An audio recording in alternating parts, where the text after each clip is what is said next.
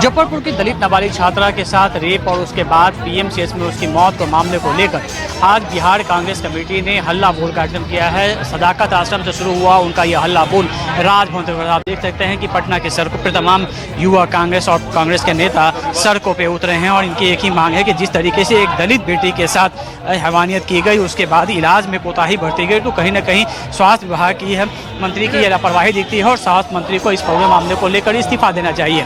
इस पूरे प्रदर्शन में जहां एक तरफ युवा कांग्रेस के राष्ट्रीय अध्यक्ष उदय भानु चीब थे, उसके अलावा बिहार कांग्रेस के अध्यक्ष राजेश कुमार भी थे। शनिवार को ही राजेश कुमार पीएमसीएच पहुंचे थे, जहां इनकी काफ़ी मेहनत के बाद, काफ़ी वहां पे हंगामे के बाद पीड़िता का एडमिशन हो पाया था, पीड़िता को भर्ती किया गया था और उसके बाद से इसकी स्थिति काफ़ी बिगड़ रही थी और आखिरकार रविवार को पीड़िता की मौत हो गई थी। इस पूरे मामले को लेकर अभी तक जहां स्वास्थ्य विभाग के और स्वास्थ्य मंत्री जहां खामोश हैं, वहीं दूसरी तरफ विपक्ष इसे बड़ा मुद्दा बना चुकी है। कांग्रेस नेता राहुल गांधी ने भी अपने एक्स पोस्ट पर इस पूरी घटना की निंदा करते हुए दलित बच्ची को न्याय दिलाने की मांग की है। कैमरामैन सनी के साथ अमिताभ ओझा, पटना न्यूज़ 24। बिहार में लगातार हो रहे महिला उत्पीड़न की घटना को लेकर महिला कांग्रेस अध्यक्ष अलका लांबा ने प्रेस कॉन्फ्रेंस की। प्रेस कॉन्फ्रेंस में अलका लांबा ने कहा कि लगातार बिहार में जो घटनाएं हो रही है वो चिंताजनक है। महिला कांग्रेस ने कहा कि बिहार मुजफ्फरपुर में नाबालिग से दुष्कर्म की जघन्य घटना में पुलिस तथा डॉक्टरों के व्यवहार को अत्यंत शर्मनाक और अमानवीय बताते हुए कहा कि पीड़िता को न्याय मिलने तक कांग्रेस का आंदोलन जारी रहेगा। महिला कांग्रेस के अध्यक्ष अलका लांबा ने एक बयान में कहा कि यह क्रूरतम अपराध है। इस पर पुलिस और डॉक्टरों ने जिस तरह का व्यवहार किया है वह अत्यंत शर्मनाक और खेदजनक है। इस घटना को लेकर पुलिस ने प्राथमिकी दर्ज नहीं की और डॉक्टरों ने पीड़ित बच्चे का इलाज करने से इनकार कर दिया, जो अत्यंत अमानवीय कृत्य है। इस मौके पर अंकिता भंडारी हत्याकांड का जिक्र करते हुए कांग्रेस ने कहा कि जिस तरीके से सजा सुनाई गई है वो नाकाफी है और अंकिता भंडारी के परिजन चाहते हैं कि जो अपराधी हैं उनको मौत की सजा दी जाए। नमन कुमार, दिल्ली, न्यूज़ 24। बिहार की राजनीति में लगातार पोस्टर वार चल रहा है। इस वक्त मेरे पीछे 2 पोस्टर है, वो ये बताने के लिए काफ़ी है कि बिहार की राजनीति का इस वक्त स्थिति और परिस्थिति क्या है। पहला जो पोस्टर है इसे आप देखिए, चिराग पासवान की पार्टी एलजेपीआर के तरफ से यह लगाया गया है, जिसमें एक बड़ी सी तस्वीर है चिराग पासवान की और ऊपर लिखा हुआ है बिहार की उम्मीद का नाम है चिराग। जब नेता पूरे बिहार का तो सीट का दायरा सीमित क्यों। दूसरा जो पोस्टर है वह आरजेडी के तरफ से लगाया गया है और इसमें एक बड़ी सी तस्वीर है तेजस्वी यादव की और ऊपर लिखा हुआ है अनस्टॉपेबल तेजस्वी। पीछे जो 2 तस्वीर है वह गृह मंत्री अमित शाह और प्रधानमंत्री नरेंद्र मोदी की है और आगे 3 तस्वीर है जो सम्राट Chaudhary, deputy CM Vijay Sinha, deputy CM और मुख्यमंत्री नीतीश कुमार की तस्वीर है। तो निश्चित तौर पर एक बड़ी सी पोस्टर और होर्डिंग लगाई गई है एलजेपीआर के तरफ से और उसमें एक मैसेज देने की कोशिश की गई है कि अगर हमें सम्मानजनक सीटें नहीं मिली तो अकेले का रास्ता भी आगे हम चुन सकते हैं। कैमरामैन ऋषि के साथ सौरभ कुमार, पटना, न्यूज़ 24। दिल्ली में विपक्ष की नेता आतिशी ने दिल्ली सरकार यानी बीजेपी को आड़े हाथ लिया है। उन्होंने कहा है कि दिल्ली में जब से भारतीय जनता पार्टी की सरकार आई है तब से शिक्षा माफिया जो है वो सक्रिय हो गए हैं और स्कूलों की फीस 40% तक बढ़ा दी गई है। दिल्ली के पेरेंट्स जो है वो 40 डिग्री टेम्परेचर में स्कूलों के बाहर खड़े होकर के धरना प्रदर्शन कर रहे हैं और लगातार फीस में कटौती की मांग कर रहे हैं, लेकिन दिल्ली सरकार के कानों पर जू नहीं रेंग रही है। इसको लेकर के आतिशी ने कहा है कि दिल्ली में सरकार ने एक चोरी छुपे चोर दरवाजे से एक बिल जो है वो लेकर के आ गए हैं, जिसको अभी विधानसभा में पास कराना है। उन्होंने कहा है कि हम दिल्ली की जनता के लिए हमेशा से लड़ते आए और आगे भी लड़ेंगे और जैसे ही दिल्ली में बीजेपी सरकार इस कानून को पास कराने के लिए विधानसभा में लेकर आएगी, हम इसका पुरजोर विरोध करेंगे। साथ में आतिशी ने कहा है कि दिल्ली में बीजेपी झूठ बोलती है और 100 दिन में बीजेपी की पोल खुल गई है। कैमरा पर्सन संजय राहुल के साथ में यूसुफ, न्यूज़ 24, दिल्ली। मोदी सरकार के 11 साल पूरे होने वाले हैं, ऐसे में दिल्ली में भी विशेष प्लान जो है उसको लेकर एक बैठक जारी है। दिल्ली बीजेपी में एक बड़ी बैठक आज हुई जिसमें सुनील बंसल, दिल्ली बीजेपी के प्रदेश अध्यक्ष वीरेंद्र सचदेव, साथ ही साथ बीजेपी के 7 सांसद दिल्ली के वो मौजूद रहे। साथ ही साथ अभी जो जिला मंडल अध्यक्षों की घोषणा हुई है वो भी इस बैठक में मौजूद रहे और आगे आने वाले समय में क्या कुछ किया जा सकता है इस बाबत एक महत्वपूर्ण बैठक हुई। आपको बता दें कि 26 अप्रैल 2014 को नरेंद्र मोदी ने भारत के प्रधानमंत्री के रूप में शपथ ली थी। मोदी सरकार के 11 वर्ष पूरे होने के उपलक्ष्य में भारतीय जनता पार्टी संकल्प से सिद्धि तक कार्यक्रम का आयोजन कर रही है और इस पूरे कार्यक्रम की योजना के लिए ये बड़ी बैठक हुई है। इसमें बताया जा रहा है कि इस बैठक में जनसंपर्क अभियान, प्रेस वार्ता, प्रोफेशनल्स मीट, विकसित भारत संकल्प सभा, पंचायत चौपाल, आयुष्मान भारत योजना शिविर, डिजिटल प्रतियोगिता, प्रदर्शनी का आयोजन, अंतर्राष्ट्रीय योग दिवस, कांग्रेस द्वारा फैलाए गए झूठ का पर्दाफाश, इन सभी जो मुख्य पॉइंटर्स हैं उन पर बात की जाएगी और जन जन तक ये पहुंचाया जाएगा कि मोदी सरकार ने आखिर 11 साल में लोगों को किस तरीके की योजनाएं जो हैं वो मुहैया कराई हैं। कैमरामैन अजय के साथ दिव्या अग्रवाल, दिल्ली, न्यूज़ 24। गुजरात में उपचुनाव के लिए नामांकन का आज आखिरी दिन, दोनों ही सीटों पर है त्रिकोणीय मुकाबला।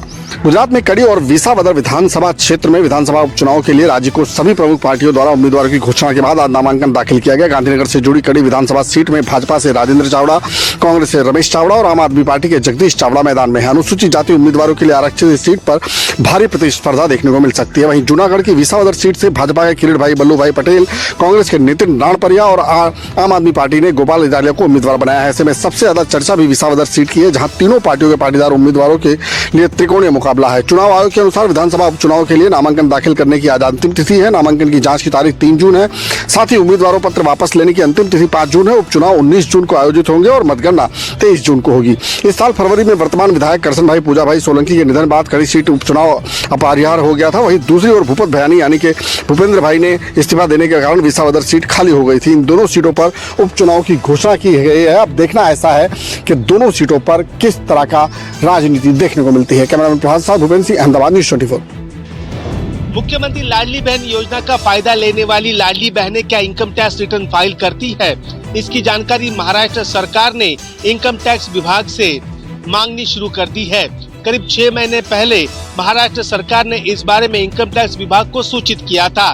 फिलहाल इनकम टैक्स विभाग ने अब तक कोई जानकारी नहीं दी है, लेकिन जब लाडली बहन योजना शुरू हुई थी तब 2 करोड़ 67 लाख महिलाओं ने इसके लिए आवेदन दिया था और महाराष्ट्र विधानसभा चुनाव से पहले 5 किस्त के रूप में 7,500 रुपए प्रति व्यक्ति उनके खाते में वहां पर जमा भी हुए। लेकिन महाराष्ट्र में फिर से सरकार बनने के बाद महायुति सरकार ने इस योजना की छानबीन शुरू कर दी।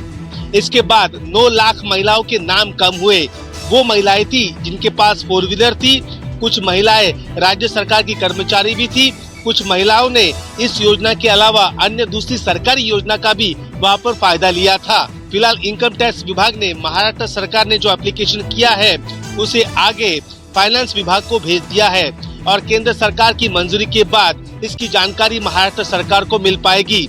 अगर ये जानकारी मिल जाती है तो करीब करीब बताया जाता है कि 35 से 40 लाख महिलाओं की इस लाभार्थी लिस्ट में से उनका नाम वहां पर हट सकता है। कैमरामैन दिलीप अवेरे के साथ विनोद जगदाले, न्यूज़ 24, मुंबई। महाराष्ट्र के नासिक में 2027 में शुरू होने वाले सिंहस्थ कुंभ को लेकर महाराष्ट्र में राजनीति गर्मा गई है। जहां एक तरफ राज्य सरकार ने तैयारियों की घोषणा कर दी है तो वहीं विपक्ष ने आरोपी की बौछार शुरू कर दी है। दरअसल रविवार के दिन मुख्यमंत्री देवेंद्र फडणवीस ने नासिक पहुंचकर कुंभ मेले की तैयारी को लेकर बड़ी बैठक की। इस दौरान फडणवीस ने कहा कि कुंभ के लिए करीब 4,000 से 4,500 करोड़ की लागत से नासिक में इंफ्रास्ट्रक्चर का नया रूप दिया जाएगा, जिसमें सड़क, पानी, शौचालय, सुरक्षा और अन्य व्यवस्था शामिल होगी। इतना ही नहीं, 2,000 करोड़ के अतिरिक्त प्रोजेक्ट भी पाइपलाइन में है। टेंडर प्रक्रिया शुरू हो चुकी है। राज्यसभा सांसद संजय राउत ने सीधे तौर पर सरकार पर हमला बोलते हुए कहा कि कुंभ महाराष्ट्र में हो रहा है, लेकिन सारा पैसा और ठेके गुजरात के ठेकेदार को दिए जा रहे हैं। राउत का कहना है कि नासिक की जनता के पैसों से गुजरात के व्यापारियों की जेब भरी जाएगी और स्थानिक लोगों को कुछ भी नहीं मिलेगा। कुंभ मेला न सिर्फ आस्था का केंद्र बल्कि एक राजनीतिक ताकत दिखाने का मंच रहा है। इस बार भी कुछ ऐसा ही दिखाई दे रहा है। जहां एक तरफ राज्य सरकार धार्मिक पर्यटन को बढ़ाने की बात कर रही है तो वहीं विपक्ष गुजरात प्रेम को लेकर सवाल खड़े कर रहा है। कैमरा पर्सन विनोद सिंह के साथ अंकुश जायसवाल, न्यूज़ 24 मुंबई। देश भर में चल रहे पाकिस्तानी जासूसों के खिलाफ अभियान के बीच महाराष्ट्र एटीएस ने ठाणे के बड़गा में बड़ी कार्रवाई की है। एटीएस आज सुबह से 8 से 10 ठिकानों पर छापेमारी कर रही है। यह छापेमारी ISIS सिंपैथाइजर और सिमी के सक्रिय सदस्यों के ठिकानों पर हो रही है। खास बात यह है कि इस रेड में करीब 200 पुलिसकर्मी शामिल हैं, जिसमें ठाणे ग्रामीण के पुलिसकर्मी हैं, साथ ही एटीएस के जवान हैं। इतना ही नहीं, यह रेड साकिब नाचन के ठिकानों पर भी हो रही है, उसके घर पर भी हो रही है। साकिब नाचन 2 बार आतंकी गतिविधियों में शामिल होने के चलते जेल जा चुका है। 2017 में वो जेल से जब रिहा हुआ, इसके बाद बताया जाता है कि फिर से आतंकी गतिविधियों में शामिल हो गया, इसलिए वो एटीएस की राडार पर था। अंचल के साथ इंद्रजीत सिंह, न्यूज़ 24 मुंबई। न्यूज़ 24 आपको मिलाने जा रहा है बीएसएफ की उन 9 शेरनियों से जो बनी थी आतंकियों का काल। ऑपरेशन सिंदूर के दौरान बीएसएफ की इन विशेष महिला कमांडो ने आतंकियों के लॉन्चिंग पैड को तबाह किया, पाकिस्तानी रेंजरों की पोस्टों को तबाह किया, पाकिस्तान के बंकरों को निस्तानाबूद किया। आज हम हिस्सा बने हैं बीएसएफ की इन विशेष महिला कमांडो की पेट्रोलिंग पार्टी का। तस्वीरों में आप देखिए, ये बीएसएफ की वो विशेष महिला कमांडो है जो पलक झपकते ही बनती है आतंकियों का काल। जिस जगह पर अभी हम इनके साथ मौजूद हैं, ये जीरो लाइन का इलाका है और इसके अपोजिट का जो इलाका है वो है सियालकोट का इलाका। सियालकोट बदनाम है आतंकियों के लॉन्चिंग पैड के लिए, आतंकियों के ट्रेनिंग कैंप के लिए, लेकिन अब ना तो कोई ट्रेनिंग कैंप बचा है, ना कोई लॉन्च पैड बचा है, क्योंकि पूरी तरह से तबाह कर दिया है। कैमरामैन रोहित के साथ पंकज शर्मा, न्यूज़ 24, भारत पाकिस्तान अंतर्राष्ट्रीय सीमा। पहलगाम आतंकी हमले की उस दहशत की साजिश को पूरी तरह से नाकाम करते हुए कश्मीर घाटी के तुलमुला गांदरबल में हो रहे माता खीर भवानी मेले के लिए देश के कोने कोने से भारी तादाद में श्रद्धालु पहुंच रहे हैं। माता खीर भवानी का ये मेला कश्मीरी पंडितों के लिए काफी खास होता है और इस मेले के दौरान कश्मीर घाटी के अंदर कश्मीरी पंडितों, हिंदू और साथ ही साथ कश्मीर घाटी में रहने वाले मुस्लिमों के भाईचारे की तस्वीर देखने को मिलती है। यहाँ इस मेले को सभी लोग मिलजुल कर खुशी के साथ मनाते हैं और जो पहलगाम आतंकी हमले के जरिए आतंकियों ने एक कोशिश की थी डर और खौफ का माहौल घाटी के अंदर पैदा करने की, उसे बिल्कुल नकारते हुए सभी लोग इस मेले में भारी तादाद में शामिल भी हो रहे हैं और साथ ही साथ ये भी कहते नजर आ रहे हैं कि आतंकी साजिश को वो हर कीमत पर यहाँ कामयाब नहीं होने देंगे। प्रशासन की तरफ से भी मेले को लेकर व्यापक सिक्योरिटी अरेंजमेंट्स और दूसरे प्रबंध किए गए हैं ताकि श्रद्धालुओं को किसी भी तरह की कोई मुश्किल का सामना ना करना पड़े। कैमरामैन जुबरीशीर के साथ आसिफ साहब, श्रीनगर, न्यूज़ 24। न्यूज़ 24 पहुंचा है चक्रादाबाद में। चक्रादाबाद में क्रॉस एलओसी ट्रेड सेंटर है, यानी जब दोनों देश भारत और पाकिस्तान के बीच संबंध अच्छे चल रहे थे, उस दौरान यहाँ पर क्रॉस एलओसी ट्रेड होता था, लेकिन इस ट्रेड को भारत ने बंद कर दिया क्योंकि कायर पाकिस्तान क्रॉस एलओसी ट्रेड के जरिए आतंक फैलाने की कोशिश कर रहा था। इस जगह पर पाकिस्तान की ओर से गोले बरसाए गए, बदला लिया गया। तो अगर एक गोला पाकिस्तान ने दागा तो दर्जनों गोले पाकिस्तान में दागे गए। तस्वीरें हम आपको दिखा रहे हैं, आप देखिए तस्वीरों में यहाँ पर ये पूरा क्रॉस ट्रेड सेंटर है और यहाँ पर इस समय बेहद ज्यादा सन्नाटा है। सामने पहाड़ी आप देखिए, इस पहाड़ी के ठीक पीछे पीओके का इलाका है। पीओके का वो इलाका जो बदनाम है आतंकियों के ट्रेनिंग कैंप के लिए, आतंकियों के लॉन्चिंग पैड के लिए, लेकिन ट्रेनिंग कैंप भी तबाह किए भारत ने, हमारी सेना ने, और लॉन्च पैड को भी तबाह किया। अब यहाँ पर ट्रेड पूरी तरह से बंद है और ये ट्रेड भारत ने साफ कहा है कि तब तक शुरू नहीं होगा जब तक आतंकवाद की फैक्ट्री का मालिक पाकिस्तान आतंक का साथ नहीं छोड़ेगा। कैमरामैन परविंदर के साथ पंकज शर्मा, न्यूज़ 24।